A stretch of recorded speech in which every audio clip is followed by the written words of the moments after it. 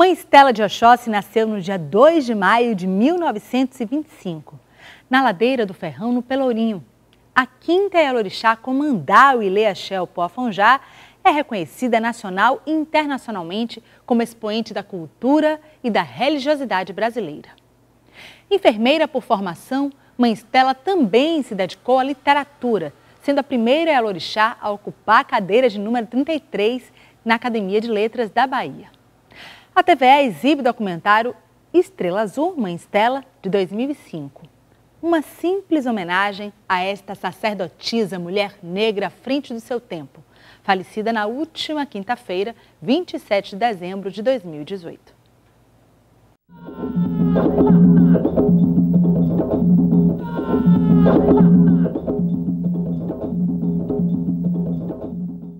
Ok, aru alacuru, alacuru, oxotoca, xoxo. Ok, aru alacuru, alacuru, oxotoca, xoxo.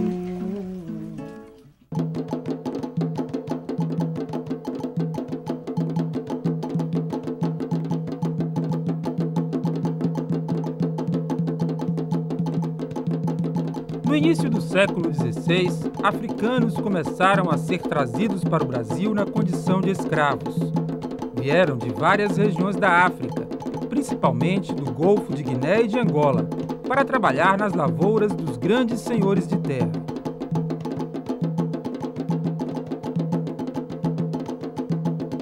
Arrancados à força de sua terra natal, os africanos não deixaram, por isso, de trazer uma enorme riqueza cultural para o Brasil, contribuições que marcaram para sempre todos os setores da vida do Novo Mundo. Fala-se do papel do africano e da cultura africana, no Brasil, em especial na Bahia. E eu não tenho dúvida que esse papel é extraordinariamente importante nos seus mais diversos aspectos. Foi uma herança rica e que, não obstante dominado do ponto de vista físico pelos brancos, o africano, aqui trazido como escravo, impôs a sua cultura.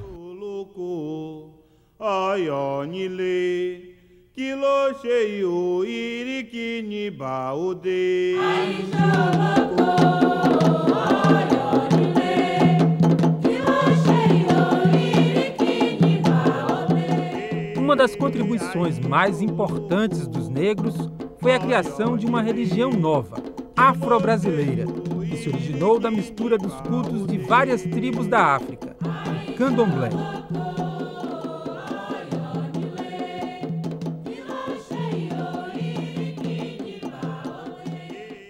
Candomblé significa o ato de rezar, ou lugar onde se pratica esse ato de rezar, de fazer uma oração para os deuses. Vem do étimo banto, Candomblé. Candomblé, que por sua vez deriva do verbo banto, lomba, que deu indomba, indombe, que quer dizer rezar. Então, Candomblé significa o ato ou lugar, o cá, que é o prefixo, onde se pratica essa forma de pedir a intercessão dos deuses.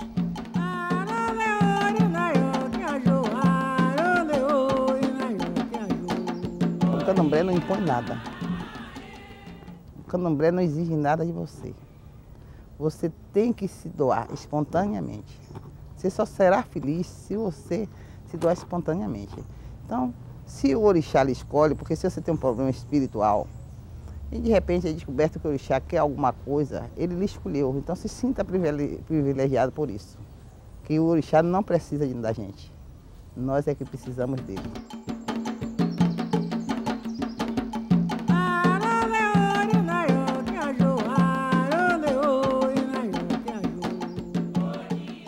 A religião do candomblé é uma religião iniciática, que à medida que a pessoa vai se iniciando, que a pessoa vai entrando na religião, o conhecimento vai cada vez mais se clarificando.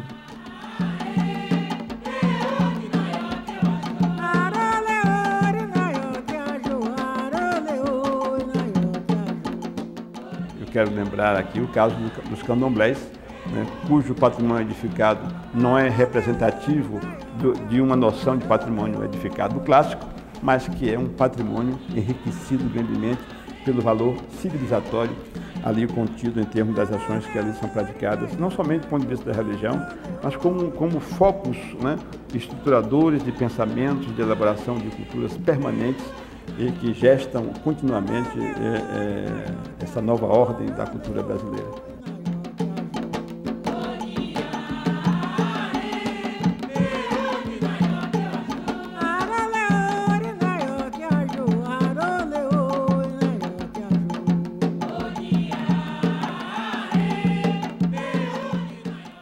Música, culinária, literatura, tudo no Brasil tem um toque da influência africana.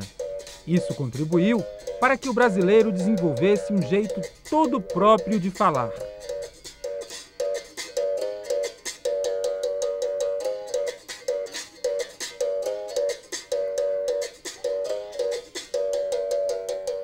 Primeiro eu quero falar da grande contribuição do candomblé, particularmente, né, e de toda a cultura africana no que tange à cultura brasileira, baiana e mais particularmente ainda a língua, né, a língua portuguesa. A língua portuguesa falada no Brasil e falada na Bahia tem esse tempero especial que os idiomas africanos, né, deram.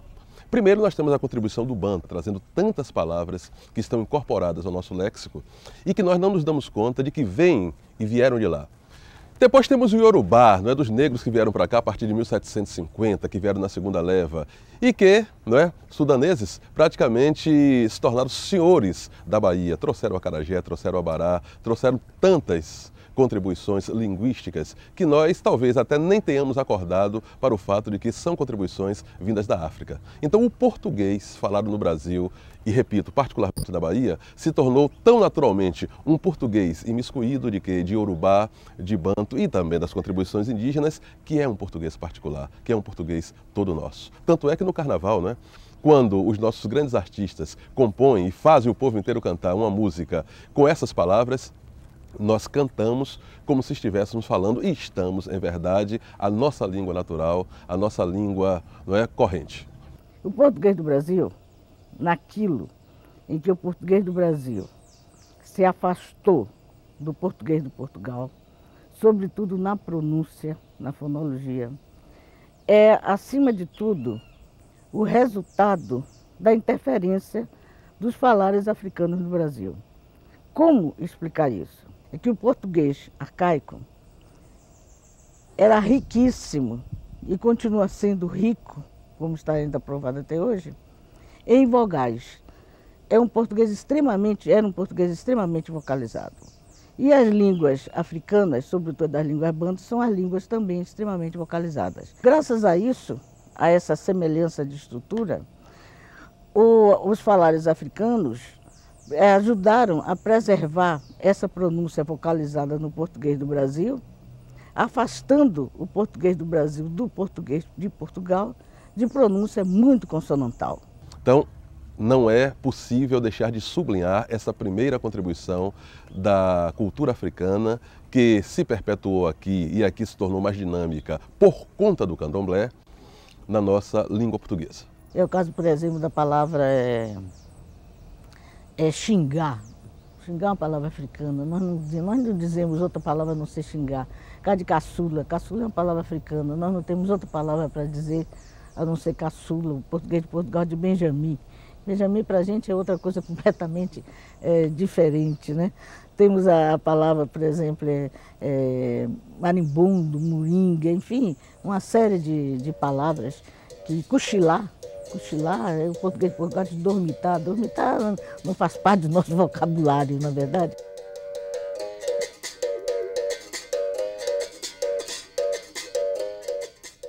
Instituídos os valores da nova religião, os terreiros se multiplicaram. Algumas pequenas diferenças de origem foram mantidas, mas no final das contas, Angola, Iorubá, Jeje são vertentes do mesmo culto à natureza.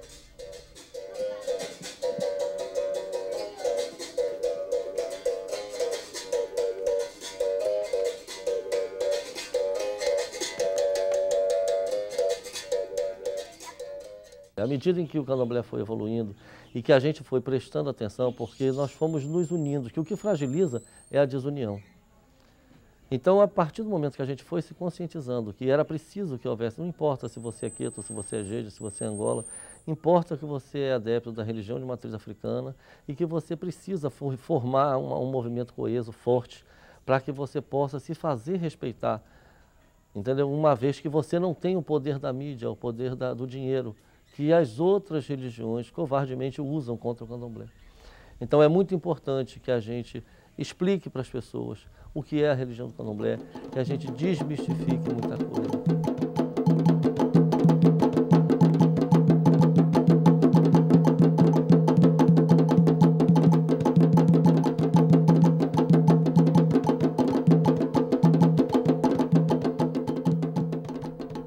A Bahia foi o maior celeiro de desenvolvimento dessa religião. Terreiros como a Casa Branca, o Gantuá e o Ilê-Axé Poafonjá conquistaram projeção e respeito. A Casa Branca foi o primeiro deles.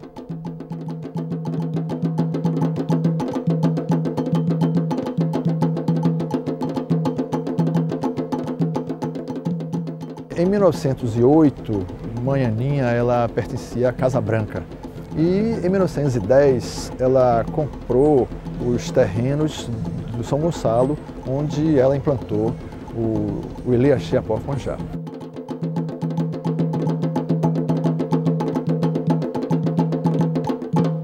A casa surge de uma dissensão política. Um grupo liderado por Manhaninha, como já tinha havido antes no Gantuá. Em 1910, Manhaninha queria que a Casa Branca, chamada Ilê-Anaçô, fosse governada por um pai de santo pernambucano, chamado Obassaniá, não é? pai, o tio Joaquim. Mas há, dentro do terreiro de Oió, uma tradição matriarcal, em que dificilmente um homem se entronizaria como pai de santo. Então, quando Obassaniá não foi aceito como tal, Manhaninha veio e plantou o axé. Primeiro no Rio de Janeiro, em Coelho da Rocha, foi fundado antes do Axé Poafonjá, onde ela deixou Agripina e Cantolina e veio embora. Aqui ela plantou o axé nos terrenos do São Gonçalo e estruturou o Axé Poafonjá como uma réplica do Reino de Oió. No Reino de Oió você tem o Alafim, que é o chefe político e religioso ao mesmo tempo, a Ianaçô, que é a sacerdotisa suprema, e o Balé Xangô, que é o sacerdote supremo. Foi o que ela fez.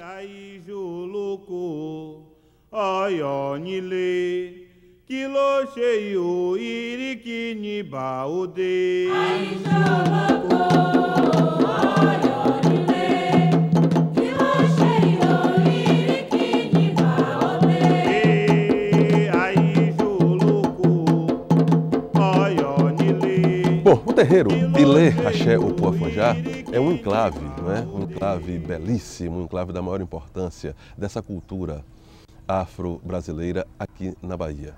Ali é uma escola, ali é um templo, é uma referência permanente de cultura forte, de cultura decisiva. No Ilê-Axé Poafonjá brilha hoje a estrela da Ialorixá Estela de Oxóssi, Odé Caiodé, que significa o caçador traz alegria.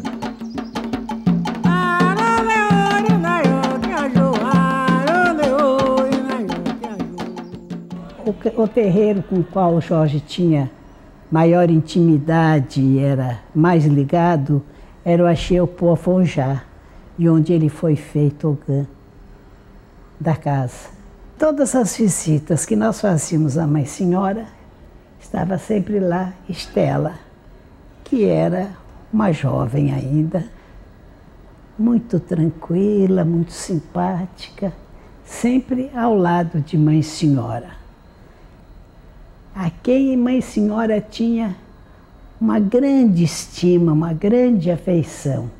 E Jorge dizia, Mãe Senhora está preparando a Estela para sucedê-la num dia que ela faltar. Estela era assim, nosso belo dia, recebemos um recado de Mãe Senhora, um convite, que a Estela ia casar. e convidando a mim e a Jorge para sermos os padrinhos de casamento. E assim foi que nós fomos padrinhos de casamento da Estela.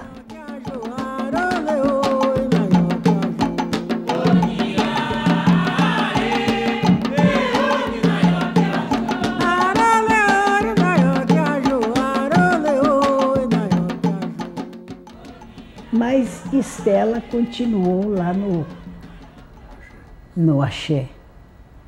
Até que um dia mãe, senhora, faltou.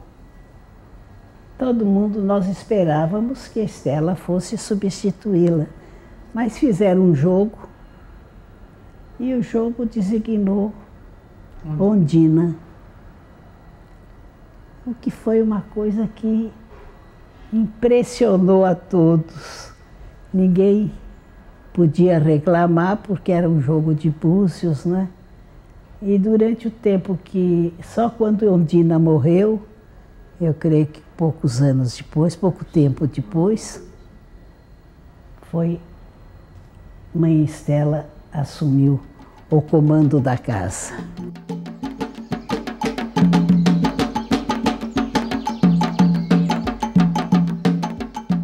Mãe Estela é uma pessoa absolutamente brilhante. Mãe Estela é uma pessoa sábia.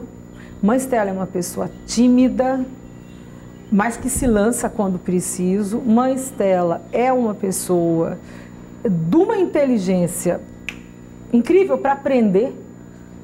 Ela aprende com uma facilidade. Mãe Estela é de decisões lentas e irreversíveis. Mãe Estela é o tipo da pessoa assim que eu já vi ela dar respostas de embasbacar pessoas. E pessoas altamente articuladas. Pessoas... aquela resposta que você fica assim.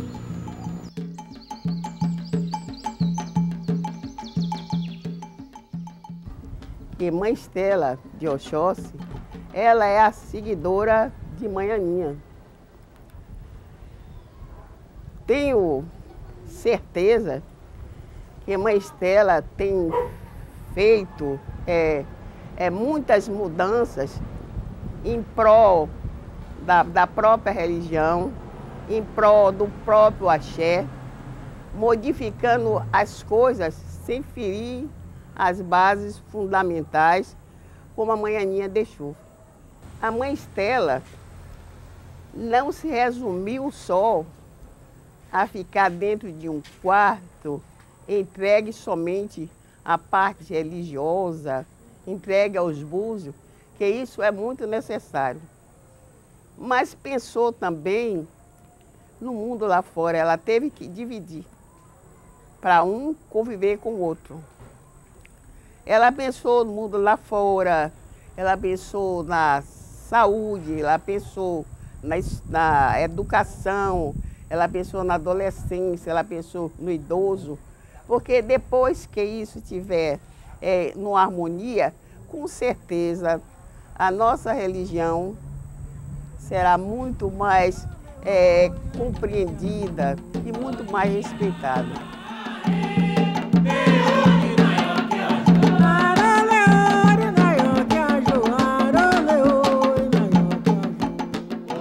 Conheci Mãe Estela quando no início da década de 70, quando eu ainda fazia a Escola de Belas Artes.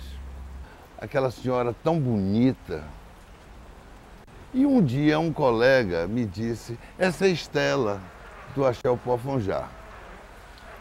Mãe Estela ainda não era a Ialorixá do terreiro.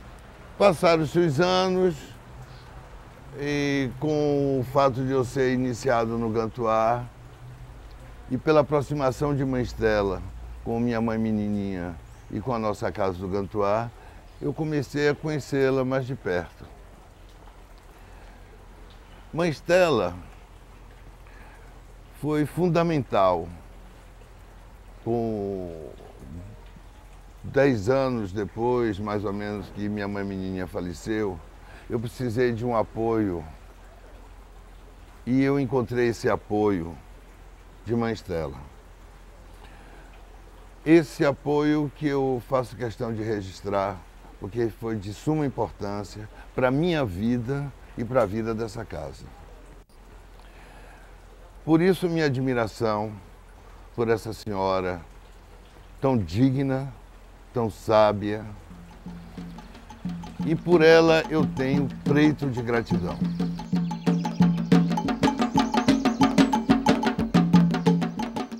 É uma pessoa, às vezes, severa, quando tem que dar uma chamada, quando a gente faz alguma coisa errada, ela dá, e ela sempre diz o seguinte, que no dia que ela deixar de brigar comigo, é porque ela não me ama mais.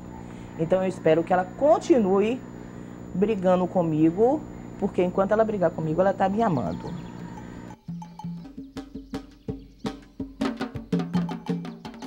Mãe Senhora, quando eu nasci, ela chamou Estela na casa de Xangô e falou que a partir daquele momento ela ia ser a pessoa que ia tomar conta de mim na vida. Quer dizer, ia ser a minha madrinha.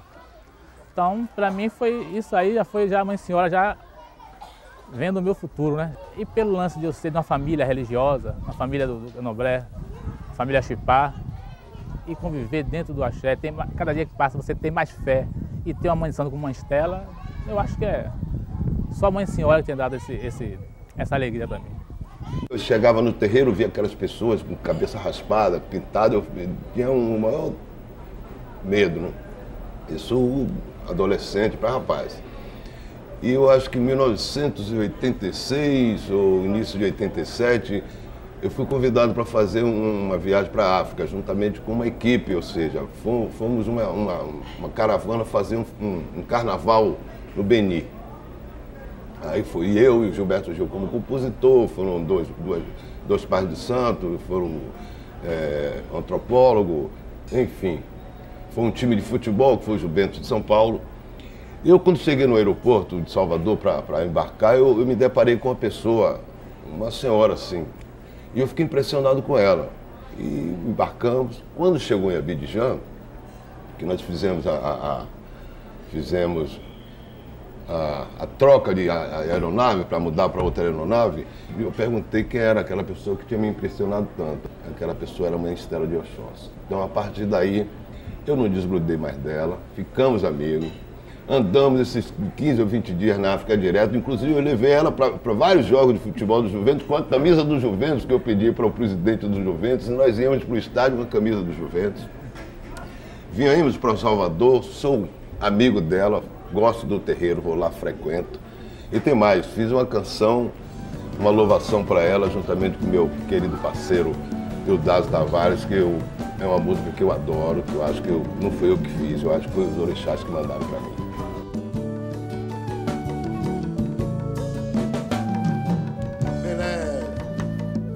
Salve, mãe tão forte e bela, ela é a luz que nos guia, estrelas, uma estela, brilha no céu da Bahia, reze por nós oprimidos, aos pés do Pai Afonjá. Ei, mãe, Xangô, Rei está conosco, com nossa nação Iorubá. Ei, mãe, Xangô, Rei está conosco, com nossa nação Iorubá. Salve a alegria de Oxóssi, salve o farreiro querer, Deus salve o Deca e o Dê, estrela rainha da nossa fé, reina serena de Oxê na mão, filha de Oxóssi no axé do Pascone, é de Xangô por devoção, filha de Oxóssi no axé, é de Xangô por devoção, filha de Oxóssi no axé, é de Xangô por devoção.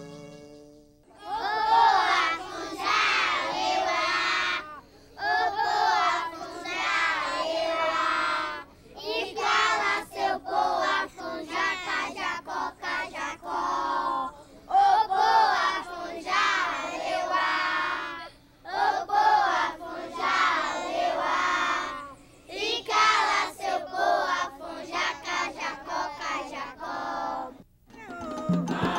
Ilê Axé Opô Afonjá, como a maioria das casas tradicionais de candomblé, sempre foi governado por mulheres.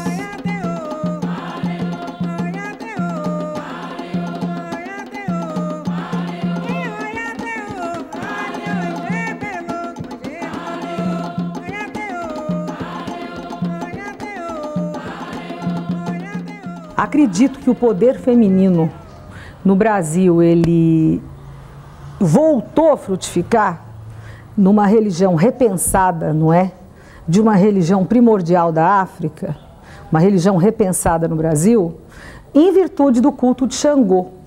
Por que do culto de Xangô? Porque Xangô é o orixá do fogo, é o orixá do poder, é o orixá da expansão, enfim, da sexualidade, que come pela mão das mulheres, suas aiabás. Oiá, que é a Ialê da casa, que é a esposa mais velha, que é aquela que divide com Xangô o poder do fogo, que deu a Xangô o poder do fogo, Oxum, que é a senhora da beleza, e Obá, que é a amazona guerreira. Então, o culto de Xangô, em que pese seja ele o símbolo do masculino, ele é absolutamente liderado pelo símbolo feminino.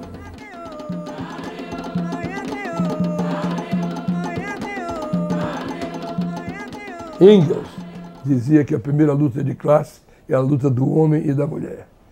E essa luta se prolata também no candomblé. Essa dissensão homem-mulher, esse conflito de mulher, foi resolvido de uma forma muito drástica por Manhaninha, que fez com que o Balé Xangô desaparecesse, não fosse mais lá. De lá para cá, nunca mais nomeou ou escolheu um outro Balé Xangô. E passado algum tempo, para não anular totalmente o poder masculino, ela cria os 12 Obás de Xangô. Normalmente aquela velha história do dividir para conquistar. Porque 6 da esquerda, 6 da direita. E desse jogo político, dessa divisão desses 12, ela reinava soberana, passando para uma senhora, que também era uma estadista. Ela ampliou o corpo dos Obás de 12 para 36, criando os Otum Obá e os Ossi Obá.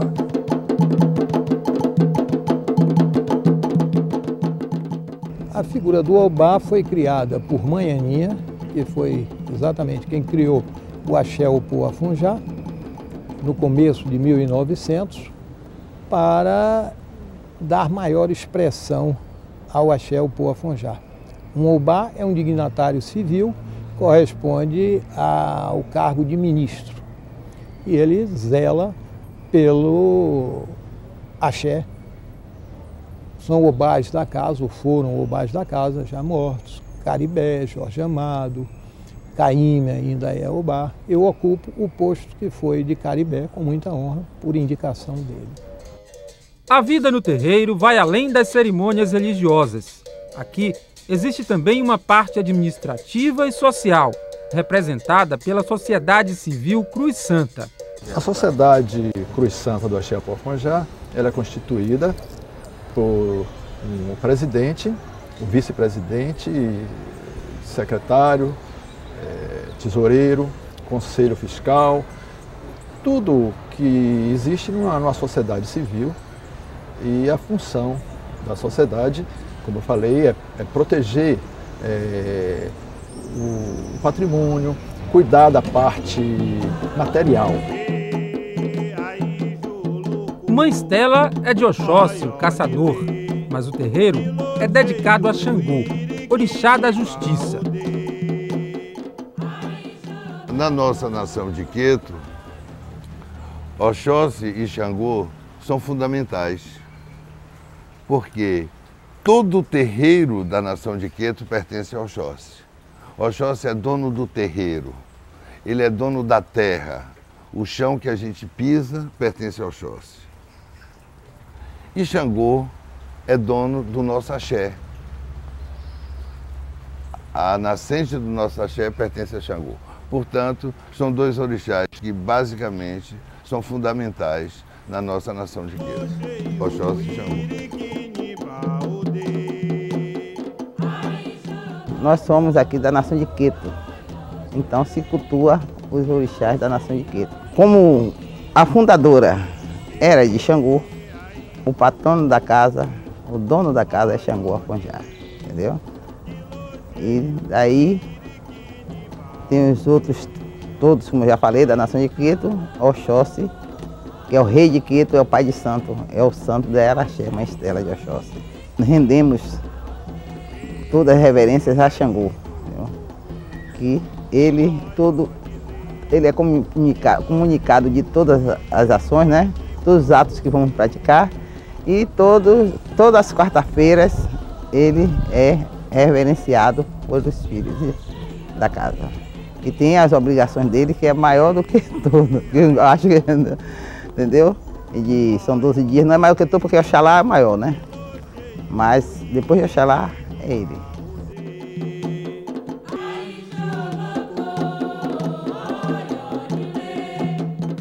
Xangô veio parar nesse terreiro através da fundadora, a mãe Aninha Iaubabi, por ela ser iniciada filha de Xangô.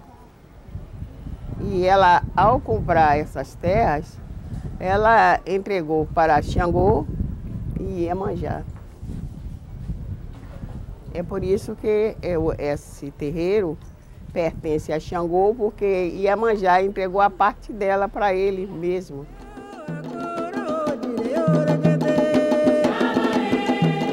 Aqui é o Ibó, que é onde se cultua os antepassados nossos daqui do Axé Afonjá.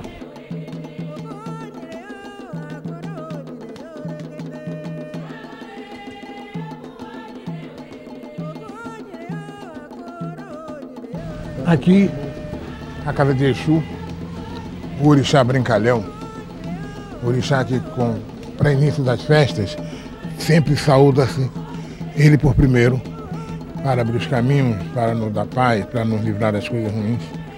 Mas é um orixá brincalhão que o pessoal diz que é Satanás, mas não é nada disso, porque mal nenhum ele faz.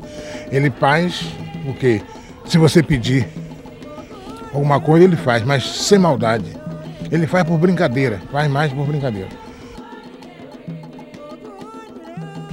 Aqui é a casa de Xangô, o titular, o dono do axé.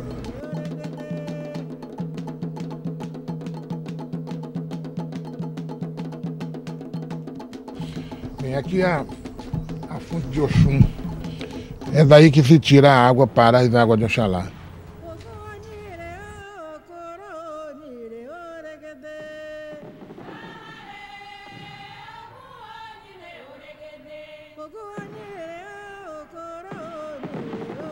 Bem, aqui é a casa do Oxóssi, o orixá guerreiro, o orixá dono da cabeça, quem manda nos destinos da Mãe de Santo, que é Mãe Estela de Oxóssi.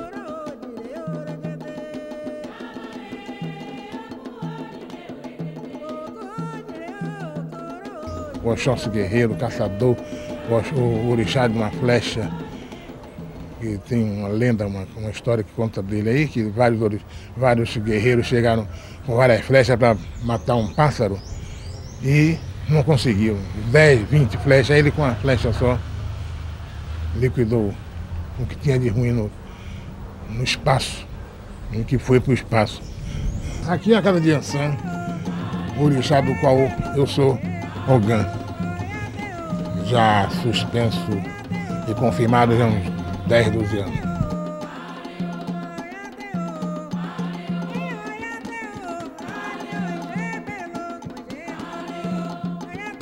É o orixá dos ventos, da tempestade. É que quando você vê aquele vento passando, sabe que ela está por ali por perto. Relâmpagos, trovoadas, ela está ali. Faz naquela voada toda, mas de bom coração. Essas casas, todas elas, não sem distinção, tem os assentamentos. Cada casa tem seu orixá, cada orixá tem sua casa, e na festa de cada qual, as obrigações são feitas aqui, ali, acolá.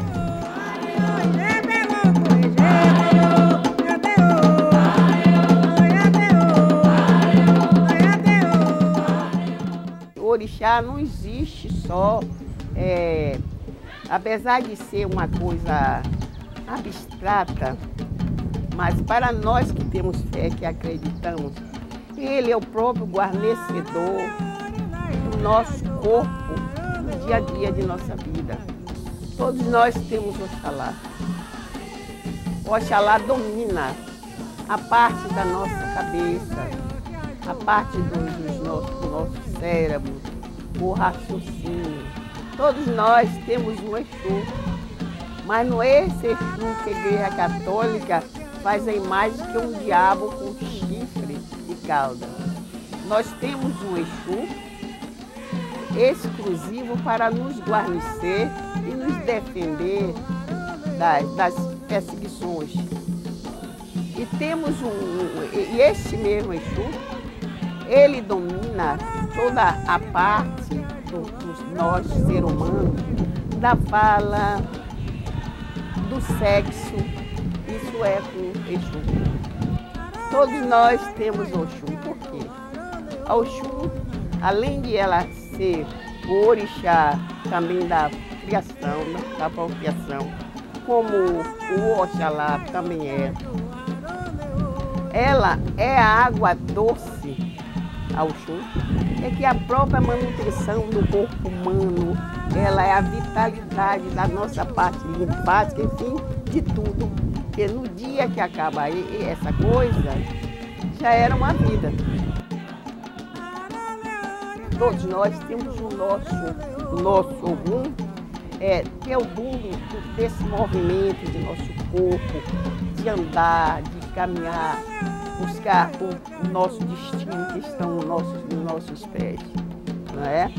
Temos o próprio, todos nós temos o nosso próprio Ossan, ele é o próprio oxigênio, ele é a vida dos nossos pulmões. O próprio Oxóssi, ele é orixá. Todo dia quando nós dormimos, é como nós fôssemos, nós vamos e nós voltamos. Essa coisa do próprio Oxóssi. Ele está na nossa cabeça e a função dele é o próprio Oxóssi. Ele não é somente o Deus da caça, ele tem essa função no corpo humano. Por eu ser de Xangô, não significa que eu só tenho um Xangô. Ele me assume, ele é dono da minha cabeça, porque ao eu nascer, esse orixá está me assumindo, Xangô. Mas para guarnecer o dia a dia da nossa vida, a manutenção do nosso corpo humano, nós contamos com a energia desses orixás. E fora os outros que eu não citei, que não atua dentro do nosso corpo humano, mas atua por fora como nós precisamos do sol.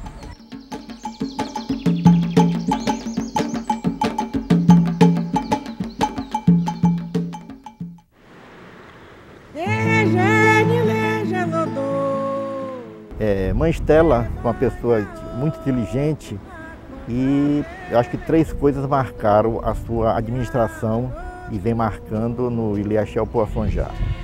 A primeira delas foi a criação da escola Eugeniana dos Santos, que é uma escola da prefeitura de 1º grau, é uma escola com 380 alunos, funcionando em 2 turnos, e é uma escola que, desde o seu princípio, ela ensina noções de Iorubá e de cultura africana. Quando Mãe Estela criou a escola, ela criou pensando no que Mãe Aninha dizia sempre, de que queria ver sempre os filhos dela com um anel no dedo. Queria que todos fossem doutores.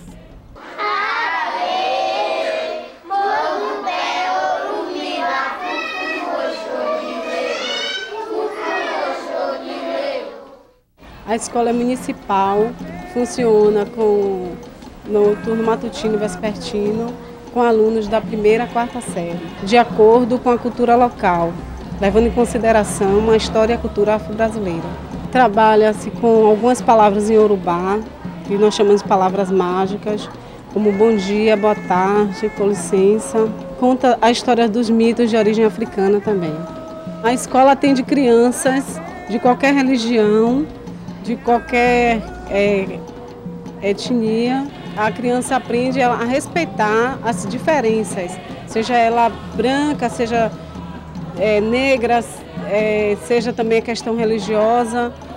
A religião também não é trabalhada dentro da escola. A escola, ela conta a história das Ialorixás, conta a história do povo negro. Então é trabalhada a história e a cultura. A questão religiosa, cabe às famílias.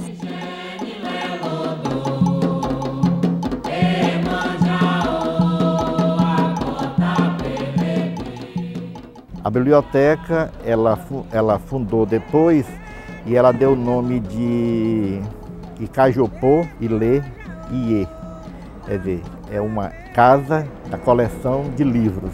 É uma biblioteca que é pesquisada por pessoas do Brasil e do exterior. Tem um acervo muito grande de livros ligados a candomblé.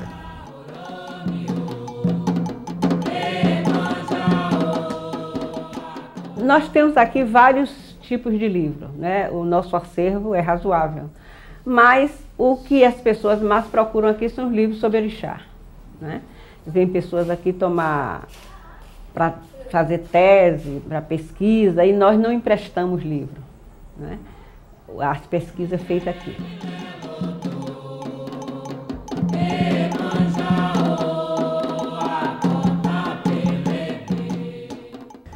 O museu é uma das coisas mais importantes que tem no axé, porque neste museu reúne todo o acervo das antigas bandas de santo, como roupa, cadeira onde ela sentava no barracão durante as festas, durante o xirê, instrumentos usados pelos orixás, roupas de santo. Existe uma cozinha como antigamente era a cozinha do candomblé, existe uma coleção de santos.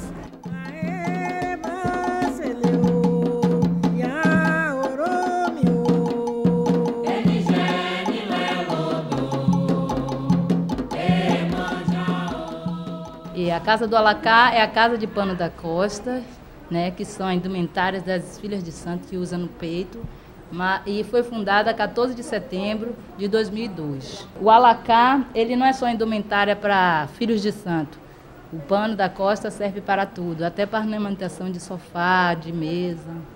Tem os Alacá, que são os mais largos, tem 90 de largura a 2 de comprimento, e os ojás tem 30 a 2 de comprimento. Esses ojás servem também para mesa, como eu falei, serve também como cinto, como cachecol. A gente manda para São Paulo, Rio, até para as pessoas daqui que não é da religião também usa os panos. E cada um reverencia um orixá. A gente tende a homenagear o orixá, que mesmo serve tanto para Ogum como para Iemanjá. A Casa do Alacá é composta por 5 pessoas, netos da casa, e a tendência é aumentar mais, para que não morra a tradição. Então vai ser passado de netos, de filhos e de pessoas da comunidade que queira participar. Aqui é mais um trabalho feito por Mãe Estela, né, de preservação da cultura afro-brasileira.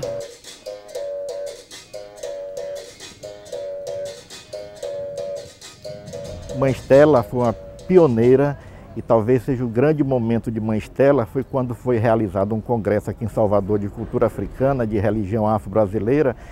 Ela levantou a bandeira do antissincretismo.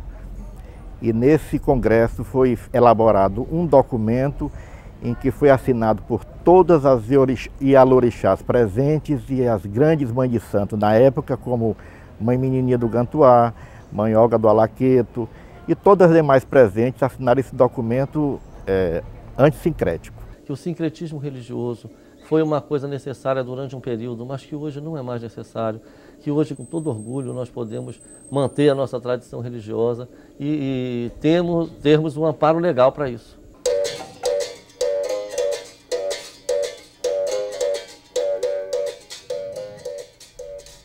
A força e a beleza do candomblé atraíram sempre um grande número de artistas e intelectuais aos terreiros.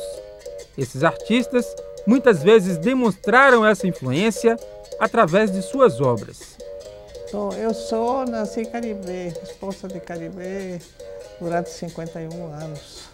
Ele sonhava com vir na Bahia e verificar como era isso, porque interessava muito para sua pintura. Aí começou a frequentar candomblé, capoeira e se interessou muitíssimo por desenhar, pintar, porque influenciou muito essa coisa inexplorada que tinha aqui na Bahia, não? Uma ocasião nós fizemos uma viagem juntos para a Inglaterra, onde havia uma homenagem ao Brasil, e foi Stella, Caribé, Berger. Quando eu tive mais contato com ela, eram todos íntimos dela.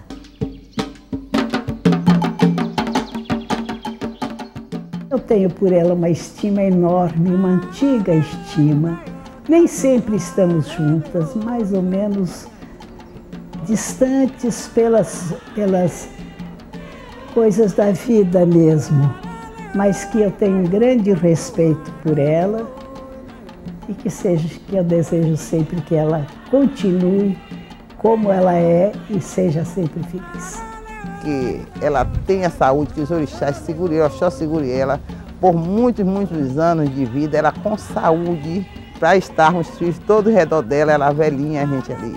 Eu quis que ela não tenha nunca nenhum sofrimento, nenhuma desarmonia, que seja feliz. Quando o Olorum o chamar, ela vai feliz. Boa fé, inunde de um popó, aí alá xemim e a odé caiodê.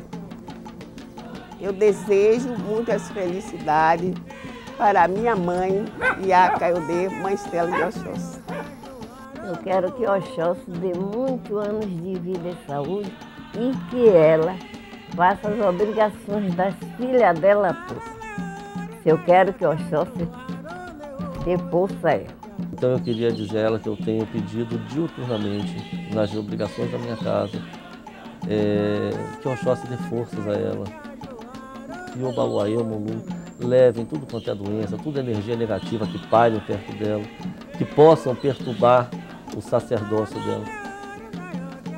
Eu tenho certeza que ela já contribuiu muito, eu acho que ainda tem muito para contribuir. Não sei se mais 80, mas que tem muito. Mãe Stella, Mocueu, Oducodu, que Oxóssi lhe dê muitos anos de vida, com saúde, porque o povo do Candomblé precisa da senhora. Os seus filhos do Axé Poafonjá, seus amigos, seus irmãos, de toda a nação de Queto e de todo o Candomblé da Bahia precisam do seu conhecimento, da sua força, da sua sabedoria e da sua bondade. Meu orixá, meu arquétipo, princípio cósmico, ético, olhos que olham por mim. Meu bem guardado segredo, onde eu desfaço meus medos, meu oceano sem fim. Meu orixá, meu abrigo, anjo da guarda e amigo, anjo da guarda e do bem, que vive sempre comigo desde os tempos mais antigos, quando eu não era ninguém. Quando eu não era ninguém, era terra, vento, água, elementos em amálgama no coração de Olorum. E hoje, aqui na Bahia, sou homem, você meu guia, somos dois e somos um. Eu fico muito satisfeita realmente de participar dessas comemorações e de estar aqui através dessas mal traçadas linhas, dando meus parabéns a Yalorixá, minha grande amiga, Stella de Oxóssi, Oremi Auompupó. Ia Obogundê, Ia Miodé Caiodê, Obogundê, Emaberujá, Ia Ossaú, Emabé Orixá, Ebodê. Que quer dizer, eu estou salvando a grande mãe guerreira. Então, felicidade, um dia, outro dia, tantos dias. E olha, tudo que Deus permite, Ele abençoa. Eu peço que Deus e os orixás me dêem inspiração para continuar fazendo a minha parte, com seriedade, com doação, que eu quero estar inteira aos pés do orixá e que os próprios orixás tragam também pessoas para a sua adoração, pessoas dignas que façam que a coisa cresça de uma forma séria, que mostre força e que essa energia que nós adoramos, que são as leis da natureza, que nos dê condição de fazermos jus do que Deus nos proporcionou, que foi sermos alegres e felizes, que somos filhos de orixá. Alacuru, Oxotoca, Xoxô. Ok, Aru, Alacuru. Alacuru, Oxotoca, Xoxô. Quando ele fecha, não abre caminho, orixá pelo freio. Alacuru, Oxotoca, Xoxô. Na casa de barro, na casa de folha, Alacuru, Alacuru, Oxotoca, Xoxô. Quando ele fecha, não abre caminho, orixá da pele fresca. Alacuru, Oxotoca, Xoxô.